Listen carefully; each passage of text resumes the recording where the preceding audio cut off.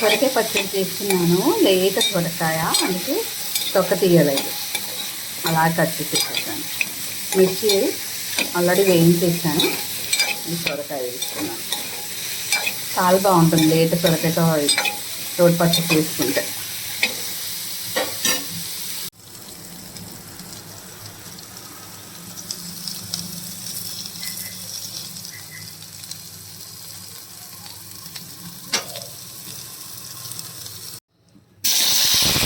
టమాటా వేసేసాను.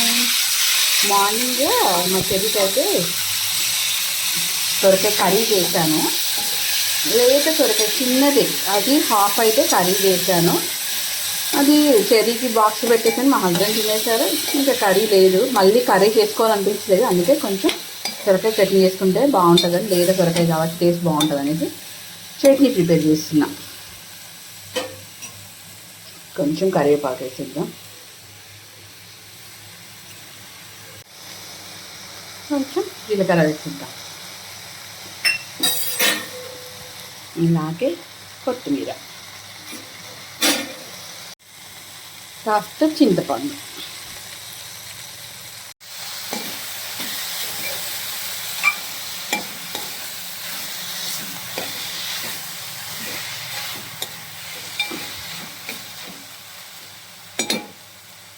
ఎవరితో పయనము ఎవరికై గమనము ఎరుగని మనసులో ప్రశ్నవో బదులువో, ఎన్ని కలలు కని ఏమిటి లాభం, కలలు కనులని వెలివేస్తే ఎన్ని కథలు విని ఏమిటి సౌఖ్యం, సొంత కథని మది వదిలేస్తే చుట్టూ ఎన్ని సంతోషాలు కప్పేస్తుంటే నీ కన్నీలను, ఊరంతా వెన్నెల మనసంతా చీకటి, రాలిందా నిన్నల రేపటి కల ఒకటి.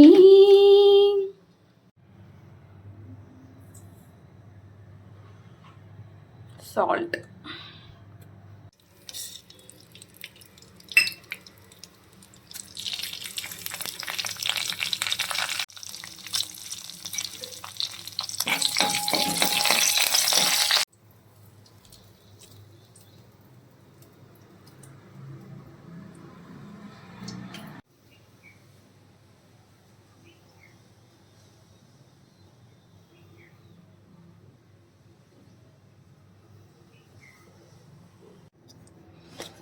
సొరకాయ పచ్చడి రెడీ అయిపోయింది. రైస్లోకి కానీ, టిఫిన్స్, దోశ, ఇడ్లీలోకైనా కూడా చాలా టేస్టీగా ఉంటుంది సొరకాయ రోటి పచ్చడి.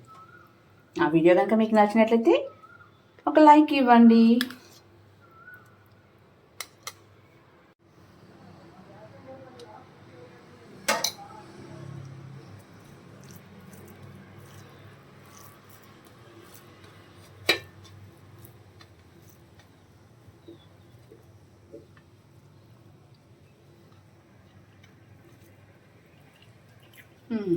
బాగుంది.